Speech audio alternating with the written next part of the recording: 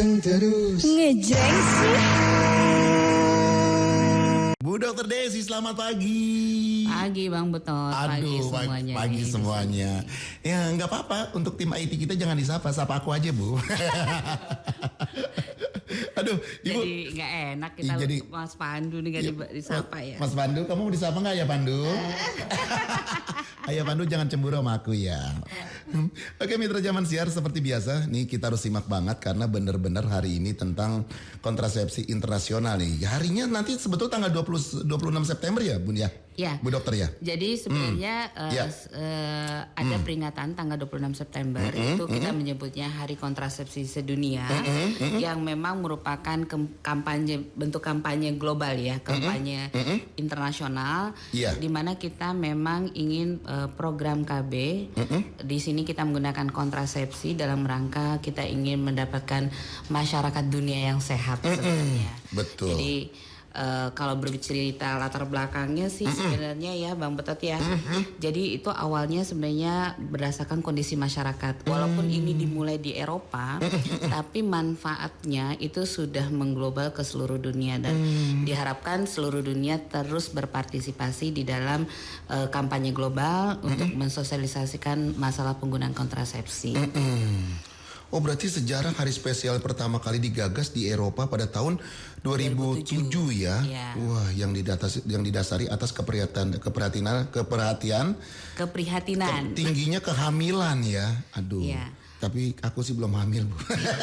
Karena gini, angka kehamilan yang tinggi kalau tidak diiringi dengan pengelolaan yang benar terhadap kehamilannya, itu nanti akan menghasilkan, kembali kita cerita waktu itu sempat bercerita tentang generasi berikut yang tidak sehat, kemudian ibu yang tidak sehat, dan sebenarnya juga ini kan kalau di Eropa berbicara masalah penyakit menular sebenarnya yang dikhawatirkan jika tidak kita amankan dengan kontrasepsi. Tapi kalau di kita budaya itu mempengaruhi nilai sosial. Kalau di Eropa mungkin mereka nilai sosial mereka lebih bebas. Di kita ada norma yang harus kita ikuti. Tapi konsepnya adalah melindungi generasi berikut dan melindungi wanita di masa depan gitu. Berarti penting banget juga ya Bu Dokter ya. Betul. Oke Mitra Zaman Siar. Nah Mitra, makanya nanti yang nggak jelas ya, yang lagi dengerin, yang lagi nyimak boleh bertanya. Kita buka nanti di WhatsApp El Gangga di 08111 86 1003. Bu Dokter belum menyapa dulu nih Mitra Zaman Siar, katanya sapa dulu Bu Dokter biar seru pagi hari ini Bu Dokter Desi. Oke, siap Bang Betot. Jadi kepada seluruh mitra, kita nyebutnya apa? Mitra El Gangga. Mitra El Gangga yang pada kesempatan ini mengikuti kegiatan talk show kita. Pada kesempatan ini kami ingin berbagi cerita sebenarnya tentang betapa pentingnya kontrasepsi dipahami dengan baik dan benar dan dapat digunakan dengan baik dan benar, sehingga tujuan dari penggunaan kontrasepsi menghasilkan generasi yang sehat, ibu yang sehat dapat tercapai. Nah, karena kita tahu ya Mitra Gangga seluruhnya bahwa masih ada pemahaman masyarakat kita yang kurang pas nih masalah kontrasepsi gitu ya. Jadi kesempatan ini silakan Mitra El Gangga mau bertanya, mau ngobrol sama kita ya Bang Betot ya. Betul, Bu Dokter. Sehingga kita bisa berbagi informasi pada kesempatan ini. Iya. Jadi pentingnya penggunaan alat kontrasepsi ini juga Bu, menghindari kasus kehamilan yang tidak diinginkan, bisa juga ya Bu Dokter ya? Bisa. Jadi misalnya sebuah keluarga, kalau di kita karena ada norma sosial, kita menggunakan kontrasepsi hanya untuk orang yang berkeluarga. Kita tidak memfasilitasi, seperti yang pernah saya bilang, tidak memfasilitasi kontrasepsi untuk yang tidak resmi berkeluarga gitu ya. Nah, di sini kenapa kita bilang untuk kontrasepsi itu dapat digunakan untuk kesehatan kita. Karena apa? Kalau jarak kehamilan yang terlalu dekat, berarti nanti kita mungkin tidak bisa mengurus anak kita, mengurus kesehatan dari ibu yang melahirkan. Makanya itu kontrasepsi ini digunakan salah satu cara untuk mengatur itu.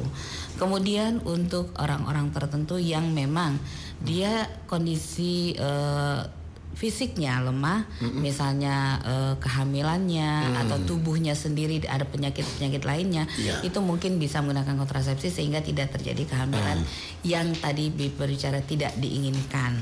karena kita mempertimbangkan kondisi lainnya. Iya. Nah, jadi kalau berbicara kontrasepsi itu manfaatnya banyak sebenarnya.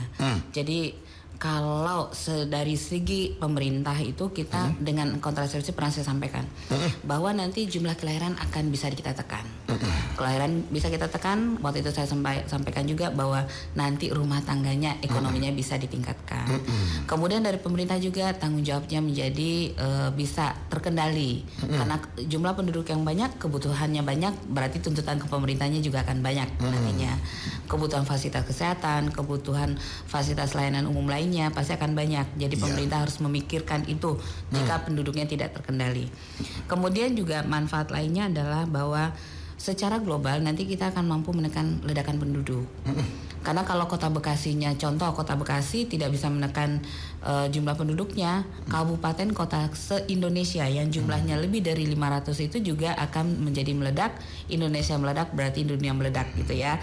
Jadi khawatirnya tidak terurus sebenarnya. Jadi bukan kita tidak ingin banyak penduduk, tapi takut tidak terurus sehingga tidak berkualitas nantinya. Kemudian juga buat anak-anak kita. Anak-anak kita kalau misalnya dengan kontrasepsi dan jarak kelahiran yang cukup, berarti anak-anak kita akan terus dengan baik. Saya pernah sampaikan, berarti dia akan bisa kita bantu sekolahnya dengan baik, berkarir dengan baik, nanti ke depan punya rumah tangga dengan baik, dan begitu seterusnya untuk siklusnya.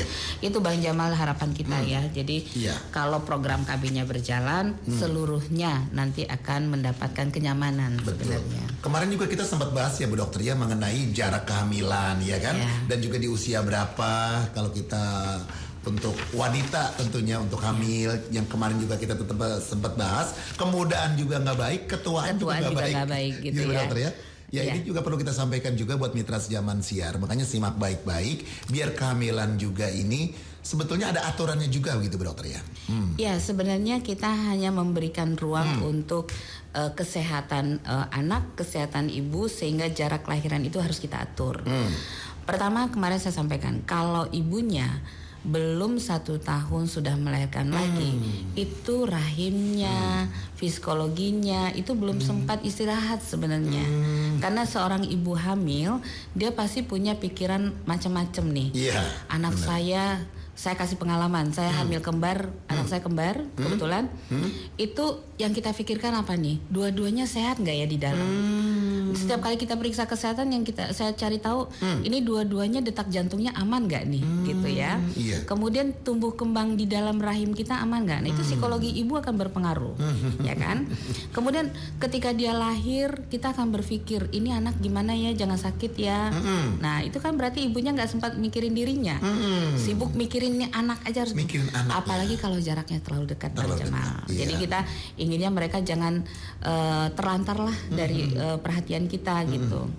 Kemudian kalau ditanya berapa sih jaraknya, paling tidak ketika anak itu membutuhkan ASI yang cukup sampai usia 2 tahun, ya kita kasih jarak lah. Jadi setelah 2 tahun, misalnya anak kita baru 1, pengen punya anak lagi, jadi ya 2 tahun kemudian kita persiapkan lagi untuk hamil, sehingga anak pertama sudah aman nih, ASI eksklusifnya dia dapat, perhatian pada masa tumbuh kembang yang namanya 1000 hari kehidupan dia dapat, baru kita bantu lagi, maksudnya kalau kita punya keinginan punya keturunan lagi, kita punya perhatian lagi sama yang kedua.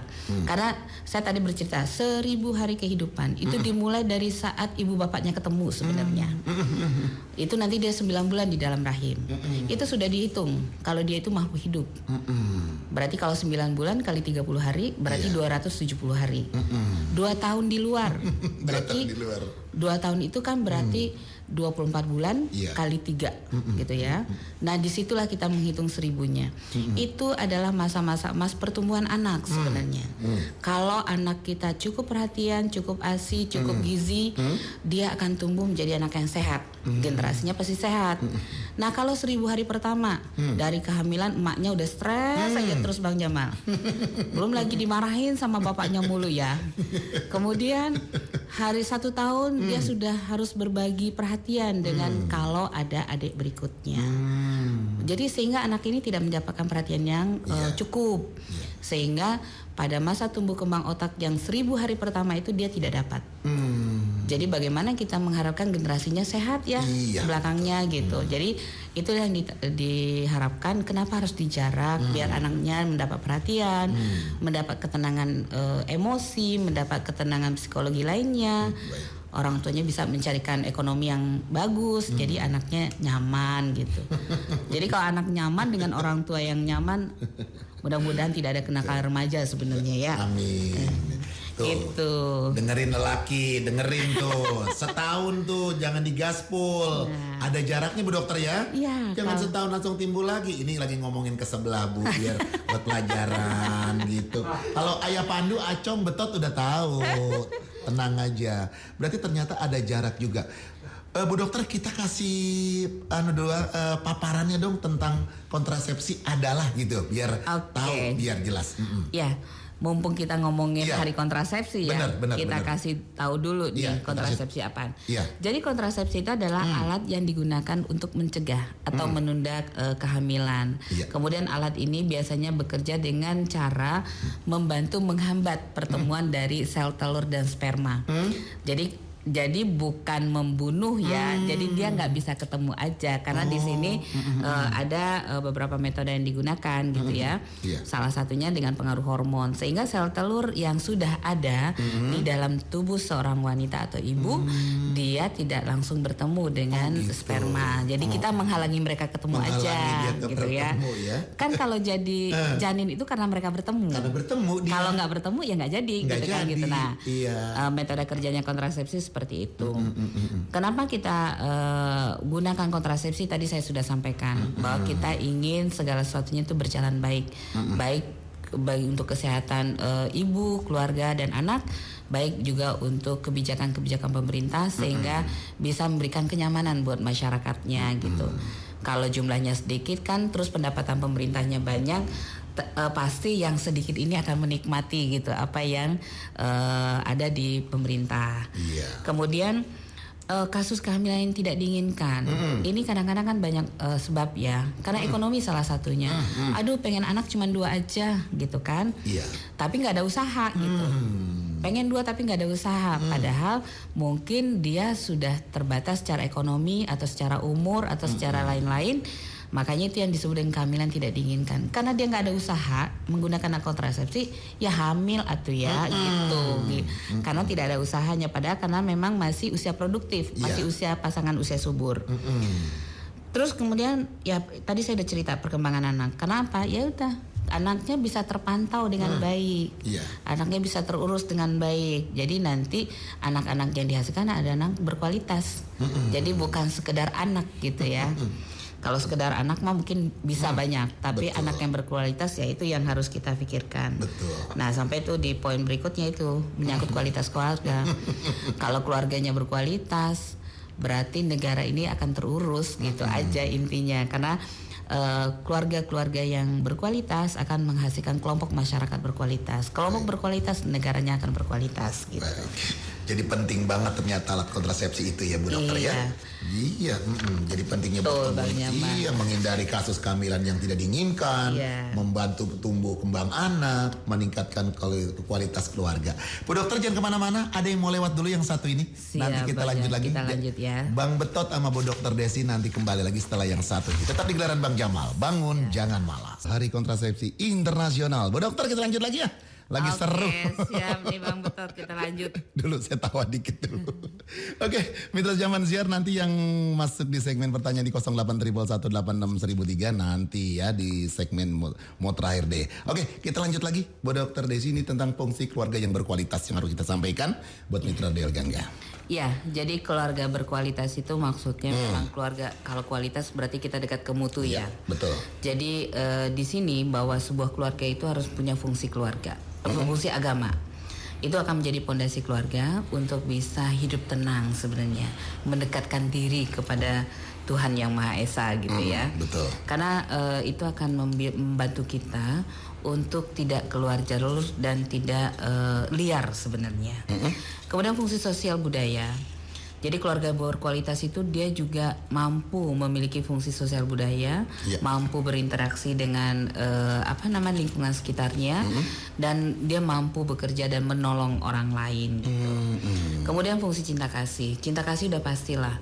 Keluarga yang penuh cinta kasih, keluarga yang di dalamnya penuh ketenangan, itu pasti dia anak-anaknya, keluarga itu tidak akan gelisah, tidak akan mencari keluar kehidupan yang lain yang mungkin belum tentu bagus juga buat yang bersangkutan. Nah, sosialisasi perlindungan. Jadi kalau perlindungan ini keluarga itu bisa melindungi anggotanya. Jadi kalau ada masalah, ada bahaya, dia bisa pulang ke rumah untuk mendapatkan keamanan, perlindungan. Kemudian fungsi sosialisasi. Jadi karena makhluk sosial itu kan nggak bisa dilepas ya, manusia itu adalah makhluk sosial, maka dia harus memiliki fungsi itu. Sebuah keluarga bisa menolong orang sebelah rumahnya, kalau ada kedukaan, kalau ada kemalangan atau ada kebahagiaan dia bisa berbagi. Kemudian pendidikan itu menentukan juga bahwa sebuah keluarga yang memiliki pengetahuan, memiliki pendidikan, dia akan bisa berpikir apa yang dilakukan itu memberikan risiko yang baik atau tidak untuk dirinya, dan dia bisa memberikan manfaat buat orang lain. Kalau fungsi ekonomi udah pasti. Jadi kalau sebuah keluarga yang ekonominya aman, berarti dia bisa tenang menjalani kehidupannya. Kemudian pembinaan lingkungan. Jadi dia bisa menjalankan peran-perannya di tengah masyarakat. Peran-perannya terhadap, kalau lingkungan kita berbicara bahwa lingkungan yang sehat, lingkungan yang hijau, jangan kayak sekarang ya. Cuaca kita lagi jelek banget, diributin adalah polusi udara yang yang tidak sehat buat kita semua. Padahal kalau setiap keluarga memiliki lingkungan yang sehat, ada tanaman hijau di setiap rumah, setidaknya akan membantu. Tapi kalau sekarang kita lihat ya, melihat matahari aja susah kayaknya kita ya. Nah, kalau fungsi berkualitas ini berjalan, generasi yang hadir juga kita kaitkan dengan generasi yang bebas stunting sebenarnya. Jadi kalau semua fungsi berjalan, anak yang lahir akan menjadi generasi yang baik, bagus, berkualitas, menjadi generasi pengganti kita di masa depan. Nah, ini fungsi keluarga ini yang harus selalu kita ingat, karena kalau berkualitas berarti kita punya harapan masa depan, ada yang ngurusin kita ya. Gitu. Jadi ternyata fungsi keluarga berkualitas banyak juga Bu Dokter ya yang harus kita perhatikan ya. Betul. Oke deh, Mitra Zaman Share Bu Dokter, jadi kita nih kalau komunikasi, perencanaan yang matang dalam pernikahan dan kehamilan itu perlu juga Bu Dokter ya? Perlu. Jadi kalau misalnya ada yang berniat membentuk rumah tangga, itu harus kita kasih edukasi bahwa tidak hanya sekedar menikah. Bahwa menikah itu harus seperti apa, itu harus diberitahu. Nah, kemudian bagaimana pasangan yang menikah bisa berkomunikasi. Jadi jangan setelah menikah baru merasa sebagai orang asing, gak jelas gitu arah rumah tangganya mau kemana. Nah, kemudian harus punya perencanaan nih. Kan boleh dong kita punya cita-cita ya. Di rumah tangga juga harus punya cita-cita. Gak mungkin hidupnya itu begini aja terus, enggak lah. Bener, gitu harus ya. ada perubahan lah Bu Dokter. Nah, itu dimulai dari kita komitmen bersama. Dengan dari saat kita jadi calon pengantin udah harus ada komitmen. Ini mau dibawa kemana nih rumah tangga gitu ya. Termasuk nanti kita mau punya anak berapa, kapan kita mau punya anak, gitu ya. Kemudian bagaimana kita mengaturnya nanti. Kalau kita sudah dalam proses merencanakan itu ya harus jelas gitu. Jadi rumah tangganya jelas mau dibawa kemana. Dan semua orang dalam keluarga itu harus berjuang untuk mewujudkan apa yang sudah diomongin tadi gitu. Jadi jangan hanya berharap, kalau saya selalu bilang di dalam rumah tangga komunikasi itu penting. Kalau tidak berkomunikasi ya hancur kita semuanya. Nanti ketika kita punya anak, kita juga harus komunikasi, ini anak mau dijadiin apa, komunikasinya mau seperti apa. Karena apa? Ketika kita tidak benar berkomunikasi antara pasangan suami istri, yakinlah anak juga nggak akan terurus dengan baik. Jadi anak akan bingung gitu kan. Apalagi kalau ibu bapaknya berantem mulu ya. Mau dengerin siapa nih gitu. Terus buat para wanita juga kalau saya bilang wanita harus mandiri. Bukan berarti harus wajib bekerja, tidak. Mandiri itu bisa dengan segala cara. Tidak memiliki ketergantungan 100% pada pasangannya. Karena apa? anak akan bangga ketika ibu bapaknya terlihat mandiri, harmonis, kemudian ekonominya juga masing-masing berjuang bersama. Tidak harus kerja di kantor kata saya. Sekarang mah dari rumah juga bisa menghasilkan duit ya Bang ya. Betul, dokter, betul. Jadi kemandirian dari pasangan juga akan saling membantu membuat anak tuh percaya gitu orang tuanya itu sebagai contoh yang enak buat ditiru. Kalau orang tuanya nggak bisa jadi contoh, yakin anaknya mencari contoh di luar. Kalau contohnya benar ya. Kalau contohnya yang nggak benar ya begitulah jadinya gitu kan. Itu tadi saya bilang bahwa dalam pernikahan, kehamilan kita harus komunikasi, kemudian perencanaannya harus jelas gitu ya. Kalau saya pribadi contoh, saya dulu berpikir bahwa saya punya anak paling telat di usia 35. Saya akan usahakan itu. Misalnya saya dulu merencanakan anak 2 Bang. Bukan karena saya yakin saya kerja di bidang KB, enggak gitu ya. Karena berpikir bahwa anak saya harus terurus.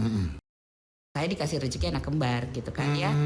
Jadi pertama aja udah 2 anak saya. Langsung dapat 2 ya dokter gitu ya. kan. Tapi kemudian saya berpikir ya udah target saya kalaupun saya harus ingin punya anak lagi sebelum usia 35. Karena saya sudah nggak bertarget lagi. Setelah usia 35 saya pengen ini bisa main gitu ya, bisa ngurusin diri saya gitu. Ya alhamdulillah dikasih rezeki. Umur 34 saya punya anak kedua. 34. Sesuai dengan target saya ya sudah, setelah itu saya tinggal membesarkan anak-anak saya. Jadi kalau kita punya planning tuh enak gitu. Tinggal kita sebagai pasangan berusaha ke jalan yang sama mencapai tujuannya. Kalau enggak ya itu tadi saya bilang kasihan anak-anak. Anak-anak nggak punya contoh yang bagus di dalam rumahnya. Gitu. Bu dokter, gitu, tadi jarak Bu dokter kan Bu dokter pertama punya anak kembar. Terus di usia 35 tahun Bu dokter punya anak kedua lagi. Itu jaraknya berapa Bu dokter? 5 tahun saya. 5 tahun. Jadi antara anak kembar saya dengan anak kedua saya itu jaraknya 5 tahun. Jadi waktu Bu dokter punya anak yang kembar itu di usia berapa Bu dokter? Saya telat nikah kali ya gitu. Itu di usia 30? Saya punya anak pertama di usia 30. Jadi saya punya anak pertama di usia 30. Kemudian tadinya rencana saya punya anak 2, anak pertama dapat 2, kayaknya udahan gitu ya. Tapi pengalaman melihat anak itu besar dengan bersamaan, saya nggak punya mainan lagi anak kedua gitu kan. Sehingga akhirnya saya merencanakan anak kedua, tapi itu benar saya rencanakan. Kenapa bisa 5 tahun? Karena memang saya ber-KB. Jadi karena saya ber-KB, saya ingin semuanya aman, gitu kan, sesuai dengan rencana. Kemudian anak kedua saya lahir, ya sudah saya close lagi gitu, saya ber-KB lagi sampai hari ini, gitu kan. Karena itu tadi, alhamdulillah terurus mereka dengan baik, perhatian kita juga cukup, gitu kan. Tugas orang tua mencari ekonomi, tapi tugas anak tuh menikmati sebenarnya. Jadi jangan sampai mereka disuruh mikir sebenarnya kan, gitu. Itu Bang, kondisinya saya sebagai contoh aja, walaupun saya telat nikah gitu ya, tapi kita harus punya planning. Setelah usia 35 saya bilang saya nggak ada planning lagi untuk punya anak gitu. Bu dokter, ini hoax atau bukan nih Bu dokter? Katanya kan kalau kita habis menikah terus kita ber-KB, katanya konon kabarnya itu kita akan peranakannya kering. Benar tuh Bu dokter kalau gitu? Itu tadi saya bilang kebanyakan informasi bukan dari orang yang benar gitu ya. Sebenarnya tidak ada hubungannya. Kenapa kita peranakan kering itu di mana dasarnya apa gitu kan? Jadi kalau kita menggunakan bahkan di program KB sebenarnya ketika pasangan baru menikah dan dia punya rencana menunda kehamilannya itu diperkenankan. Jadi diperkenankan karena mungkin banyak alasan. Dia pengen menikah menghindari hal-hal negatif, tapi dia masih ingin punya karir. Itu seringkali seperti itu. Dan itu kita perkenankan karena apa? Planning tadi. Mungkin dia punya karirnya sedang baru mulai, sehingga dia nggak ingin terganggu. Tapi karena dia sudah punya calon, dia juga nggak ingin terjadi hal-hal lain-lain, sehingga lebih baik menikah. Tapi saya tunda dulu kehamilannya, itu bisa. Banyak ada yang seperti itu, yang karirnya baru mulai, ya. Betul. Kemudian ada juga yang memang kondisi sekarang ada saja yang punya pikiran bahwa saya mungkin umur sekian baru saya laksanakan ingin punya anaknya gitu. Jadi nggak ada tuh bukti Bang Betot kalau orang menunda kehamilan dengan menggunakan alat kontrasepsi terus tiba-tiba kehamilan rahimnya kering gitu tuh nggak ada gitu. Nggak ada literaturnya. Cuman kebetulan saja mungkin 1-2 kasus ketika dia ber-KB dia agak sulit untuk hamil berikutnya, bukan karena KB sebenarnya, karena memang kondisi fisik seperti itu. Cuma karena dia punya pakai KB Iya. Udah dikaitin aja gitu kan. Si KB-nya disalahin aja gitu kan. Iya, Bu Dokter aja contohnya umur 30 punya kembar 2. Alhamdulillah itu kaget loh itu. Aduh. Maksudnya rezeki itu nggak tahu ya. Di keluarga saya tidak ada kembar, tapi saya dapat rezeki anak kembar. Ternyata Masya dari Allah. nenek moyang keluarga suami saya banyak gitu. Bu Dokter, berdasarkan waktu, metode kontrasepsi bagi pasangan usia subur yang sudah menikah nih Bu Dokter. Iya, jadi sebenarnya kita tadi batasi ya. Jadi kalau di Indonesia kita fokus menggunakan kontrasepsi pada pasangan yang sudah menikah. Kita tidak memfasilitasi pasangan karena gaya hidup. Paham ya Bang ya. Jadi anak muda sekarang itu bisa saja mereka berhubungan tanpa menikah. Dan untuk program KB di Indonesia kita tidak memfasilitasi itu. Iya. Kecuali mereka menggunakan secara diam-diam. Ya. Kalau dia datang ke fasilitas layanan KB pasti ditanya. Iya. Udah menikah belum gitu ya, suaminya ada di mana gitu kan, atau misalnya suka berkumpul dengan keluarga enggak gitu. Tapi kalau misalnya dia nakal, artinya karena pergaulan bebas dia menggunakan kontrasepsi, kita tidak fasilitasi. Satu. Kemudian kalau berbicara metodenya, ada pembagian penggunaannya berdasarkan isi dari kontrasepsi itu sendiri. Ada yang bahannya bersifat hormon, jadi seperti pil, suntik, kemudian implan itu di dalamnya tuh hormon. Jadi kerjanya mempengaruhi hormon agar yang tadi kita bahas tidak ketemu tuh sel telurnya sama sperma. Iya. Kerjanya seperti itu. Jadi bukan dimatiin ya Bu ya? Bukan dimatiin. Dokter, Jadi tapi dia ketemu. tidak ketemu dia gitu kan.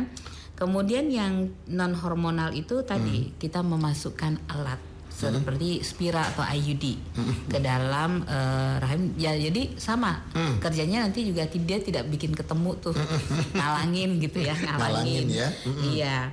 Kemudian kalau berbicara kondom juga gitu ya. Jadi dia sifatnya tidak mengganggu hormonal karena dipakainya kan di luar tubuh ya. Maksudnya tidak dimasukkan ke dalam tubuh dan dia menghalangi gitu kan untuk bertemunya antara sperma sama sel telur tadi. Iya. Kemudian yang lainnya kita dengan metode operasi itu juga dianggap non hormonal.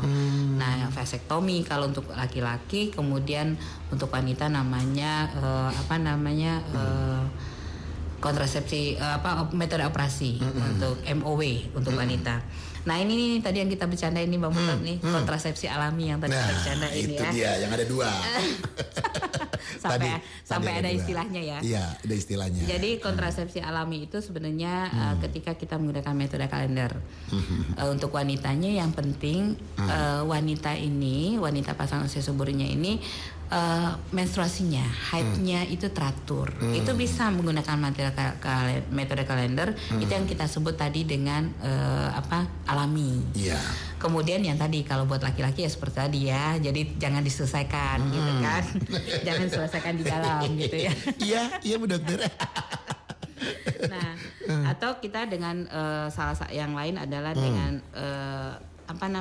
mengikuti metode yang bagi ibu yang baru melahirkan, menyusui bayi, itu biasanya juga bisa menghindari untuk cepat terjadinya pertemuan sel telur dan sperma tadi. Jadi menyusui anak itu salah satu. Tapi itu saya sampaikan tadi, kalau yang alami ini kita nggak bisa menjamin 100% kita konsisten di situ. Jadi ya lebih baik menggunakan yang sudah jelas kontrasepsinya dibandingkan kita yang alami tadi. Nah kemudian kita ada juga yang berdasarkan jangka waktu. Ada yang jangka panjang, ada yang jangka pendek. Kalau jangka panjang berarti seperti IUD, implan itu termasuk jangka panjang. Karena bisa periodenya itu bisa sekali kita pakai itu bisa untuk 2 tahun, 3 tahun, 5 tahun, 7 tahun. Tapi kalau misalnya jangka pendek itu biasanya kita menggunakan pil atau suntik. Yang tadi kita ada yang nanya, ada yang 2 bulan, ada yang 1 bulan malah, dan 3 bulan. Kalau pil apalagi ya, pil itu kita harus minum rutin. Bolong aja 1 hari, resiko buat kita gitu kan. Makanya kan kalau di pil KB itu ada ini sampai ada panahnya tuh. Iya. Dikasih petunjuk panah, ngikutin arah panah katanya gitu ya. Itu nggak boleh bolong satu pun. Kalau bolong nanti kita resiko di hari bolongnya itu pas di situ kita berhubungan, resikonya di situ terjadi pembuahan. Jadi makanya yang kita himbau sih jangka panjang ya, IUD, implan dan metode operasi. Baik. Baik Bu Dokter, sebelum nanti kita lanjut lagi, jadi nanti ada yang disampaikan Bu Dokter tentang tadi yang ada gratis-gratisnya. Saya kembali dulu ke pertanyaan dari Bu Tami Anjali di Kampung 200. Ini Kampung 200 sebetulnya Bu Dokter deket banget sama El Gangga nih. Harusnya kemari aja nih ada Bu Dokternya langsung. Bu Dokter, saya mau bertanya dong dari Bu Tami Anjali, sebetulnya alat KB itu yang bagus pakainya apa sih untuk wanita? Waduh, apa bagus semuanya? Nggak tahu. Bu Dokter yang tahu. Gitu Bu Dokter yang tahu. Oke. Kalau saya mau langsung jawab, sebenarnya alat KB buat wanita itu juga kadang dipengaruhi oleh kondisi si wanitanya. Iya. Tapi kalau secara umum tadi saya sampaikan berkali-kali bahwa metode jangka panjang yang harus kita pilih karena menghindari lupa sebenarnya. Iya. Nah, jangka panjang tadi bisa menggunakan metode implan atau metode IUD. Kalau implan tadi saya sampaikan dia sifatnya hormonal. Jadi kadang ada orang kalau yang ada penambahan hormon dari luar dia nggak cocok. Tapi kalau yang IUD itu kita tidak ada hormonnya. Jadi itu hanya semacam alat yang dipasangkan, ya alatnya kecil banget dipasangkan, dimasukkan ke dalam saluran kita, saluran rahim itu, sehingga dia nanti akan menghalangi pertemuan sperma dan sel telur. Jadi kalau dilihat dari amannya, secara umum tuh biasanya aman IUD. Iya. Nah, terus waktu penggunanya juga jauh lebih panjang daripada implan. Implan biasanya 2 atau 3 tahun, kemudian kalau IUD bisa sampai 7 tahun gitu. Iya. Jadi menyesuaikan sih sebenarnya mana yang paling cocok untuk yang bersangkutan. Baik. Gitu. Ibu Tami Anjali udah dengar langsung kan? Mungkin dia lagi mulain ber-KB kali Bun ya. Iya. Iya. Oke, ini juga dari Mama Ripki di Kampung Pedorenan, Jatiluhur, Jati Asih, Kota Bekasi. Mama Ripki, pertanyaannya buat Bu Dokter, pada usia berapakah seorang ibu yang sudah tidak boleh hamil lagi? Menurut anjuran Bu Dokter, sampai usia berapa nih Bu katanya nih Bu? Kalau udah jangan hamil lagi. Iya. Jadi langsung nih Mama Rifki ya di Pedurenan ya. Jadi kalau ditanya berapa sih usia kita untuk tidak hamil lagi, tadi saya sampaikan. Resiko itu sudah di usia 35 kita dianggap sudah beresiko. 35 ya? 35 ke atas ya. Kenapa? Karena memang kondisi tubuh itu kita nggak bisa bohong. Usia bertambah, fungsi pasti akan berkurang. Sesehat-sehat seseorang bertambahnya usia tuh yang sudah lama dipakai organ-organ kita pasti akan berkurang. Jadi laki-laki juga bertambah usia jangan sok gaya juga gitu kan. Karena pasti secara alami pasti kita akan mundur. Iya. Gitu, karena udah lama dipakai. Ibarat mesin udah lama dipakai pasti dia akan berkurang. Ya, gitu kan. Nah, ditanya usia berapa sih terakhir kita hamil gitu. Untuk melindungi kesehatan semua seharusnya di usia 35 ke atas itu sudah dihindari untuk hamil karena sudah terjadi kemunduran dari semua fisik kita. Walaupun di luar masih casing masih bagus, Bang. Dandanan masih cantik gitu ya. Tapi ternyata di dalam tuh nggak bisa ditipu. Itu ciptaan Allah tuh begitu. Masya Allah. Makin lama dipakai berarti makin ada kemundurannya. Jadi kita harus terima itu. Nah, jadi setelah usia 35 walaupun mungkin ada orang-orang yang hamil di atas itu, tapi dia harus di bawah pemantauan. Di bawah pemantauan. Biar lahirnya sehat. Ada yang salah satu kehamilan tidak diinginkan misalnya nggak sengaja gitu ya, usia udah 40 tapi akhirnya hamil. Apakah harus dibatalkan? Enggak. Kita harus lanjutkan karena kalau sudah bertemu itu udah mampu hidup ya.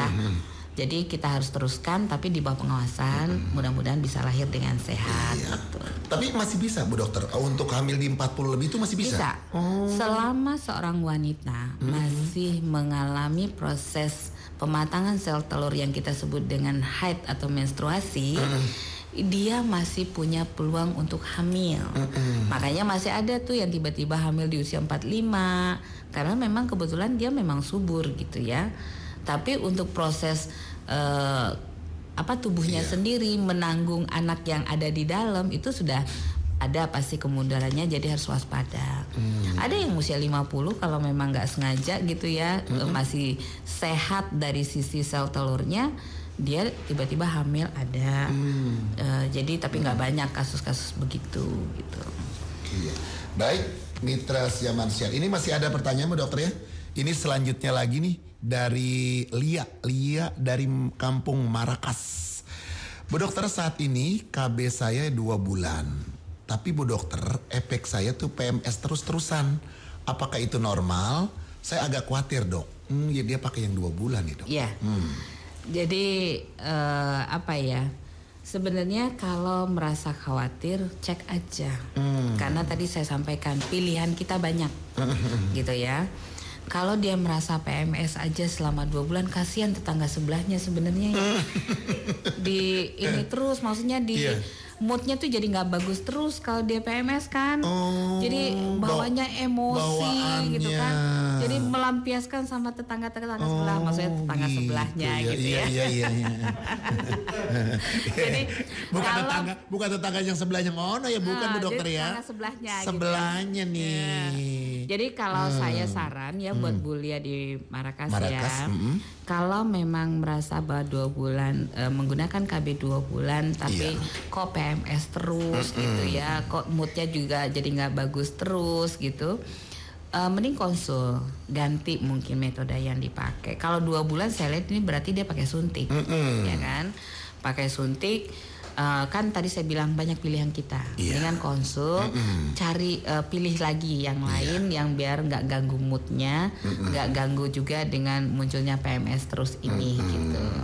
Jadi yang mengganggu bukan tetangga sebelah ono ya Bu ya, tetangga sebelahnya. Iya, jadinya males terus gitu kalau mau dideketin karena ada PMS-nya gitu kan. Oh gitu, aku baru tahu ya. Ibu dokter, satu lagi Ibu dokter ya. Ada Soraya Dewi di Kaliabang Nangka mau bertanya sama Ibu dokter, alat kontrasepsi suntik KB sama minum pil KB bagusan yang mana dok? Saya suntik KB 3 bulan tapi nggak dapat mens, efeknya apa kalau kelamaan? Jadi kalau gitu Bu dokter, ditunggu jawabannya. Iya. Kalau pakai suntik 3 bulan memang kadang kita tidak menstruasi ya. Cuman kalau efek ke yang lain nggak ada. Cuman kita biasanya gini, ini nggak beneran nggak tapi apakah ada atau ada sesuatu gitu kan. Artinya kalau pada saat dia suntik per 3 bulan dia harus ngobrol nih sama yang nyuntiknya. Biasa kan yang nyuntik pasti petugas kesehatan. Jadi petugas kesehatan akan lihat nih si Bu Soraya Dewi ini ada yang lain nggak? Ini maksud saya. Jadi kalau dia suntik 3 bulan berarti dia nggak Tapi pada saat dia suntik berikutnya harusnya dia nanya ke bidan atau ke dokternya, saya ada yang lain nggak nih? Yang lain misalnya, oh mungkin saya hamil tapi kan nggak tahu nih, nggak ketahuan karena memang dari awal dia nggak kan karena penggunaan KB. Karena kalau dari pemeriksaan saja itu sudah bisa diketahui gitu bahwa dia tuh memang tidak karena suntik atau dia tidak karena mungkin perlu kemungkinan hamil gitu. Dari Ibu Sita. Ibu Sita mau tanya, saya pakai implan sudah 3 kali dan juga nggak sama sekali. Bahaya nggak Bu dokter? Satu Bu dokter ya, umur saya 37 tahun katanya. Terus yang keduanya ini langsung diborong aja ya karena waktunya tipis. Aku mau tanya Bu, aku tanya Ibu udah lama nih katanya nggak hamil. Kalau hamil tuh ketika sering keguguran.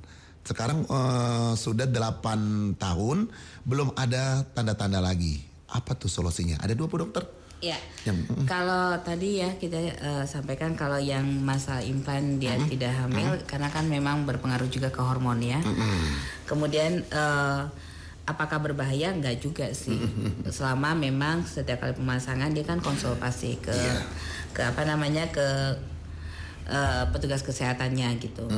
Kemudian kalau masalah usia 37 tahun selama menstruasi ini tinggal kontrol aja. Dia kan katanya dia tidak menstruasi ya. Apakah dia ini ragu nih apakah saya itu masih subur apa tidak pada saya 37 tahun ya. Nah, kembali lagi nih kalau dia kontak sama petugas kesehatan ini bisa dia kontrol nih. Karena ada juga sekarang kasus yang memang kita itu menopause pada usia dini. Jadi bisa saja nih dikontrol begitu. Kalau memang dipastikan dia menopause karena dia tidak menstruasi, mungkin berikutnya dia tidak usah lagi pasang alat kontrasepsi karena sudah menopause gitu ya. Kemudian yang tadi ya, berarti ini kondisi rahimnya memang tidak terlalu kuat ya karena dia selalu keguguran. Nah, harapannya adalah dia kan pengen hamil nih, ya itu tadi saya bilang, kayaknya waktu itu saya juga sempat bilang, kondisi ini kondisi khusus, jadi harus penanganan khusus, harus konsul yang benar, kemudian kenapa lemahnya, apakah si janinnya yang lemah atau si rahimnya yang lemah, makanya harus ada penanganan medis lagi gitu. Baik, Gitu, dokter. Sebagai yang terakhir, silakan closing apa yang disampaikan buat Mitra El Gangga. Oke, untuk seluruh Mitra El Gangga, kita menyampaikan bahwa mudah-mudahan materi kita hari ini tentang kontrasepsi bisa memberikan informasi yang edukatif buat kita semua, sehingga tidak lagi memahami kontrasepsi itu hanya sebatas kita ber-KB, tapi tujuannya yang paling penting bahwa dengan menggunakan kontrasepsi kita bisa menciptakan keluarga berkualitas. Dan pada kesempatan ini kami dari Dinas Pemberdayaan Penduduk dan Keluarga Berencana Kota Bekasi juga menginformasikan bahwa dalam rangka Hari Kontrasepsi Internasional tingkat Kota Bekasi, kita melakukan pelayanan yang akan dilakukan, puncak pelayanan KB gratis akan dilakukan di Puskesmas Rawatembaga besok tanggal 7 September, dan juga di puskesmas dan klinik lainnya yang sudah ditunjuk di seluruh wilayah Kota Bekasi. Dan untuk metode operasi yang kami himbau juga masyarakat untuk bisa menikmati fasilitas dari pemerintah, karena ini juga gratis dan semuanya difasilitasi, termasuk nanti biaya penggantian pada saat lakukan tindakan pada satu hari pelayanan. Jadi mudah-mudahan semua yang sudah disiapkan oleh pemerintah dapat dimanfaatkan oleh seluruh masyarakat Kota Bekasi. Terima kasih Bang Betot, terima kasih nih dengan Radio El Gangga yang sudah memfasilitasi kita semua. Baik Bu Dokter, kita harus pamit Bu Dokter. Ya, kita pamit nih Bang Betot. Ya. Terima kasih Mitra Zaman Siar udah ngikuti talkshow kita.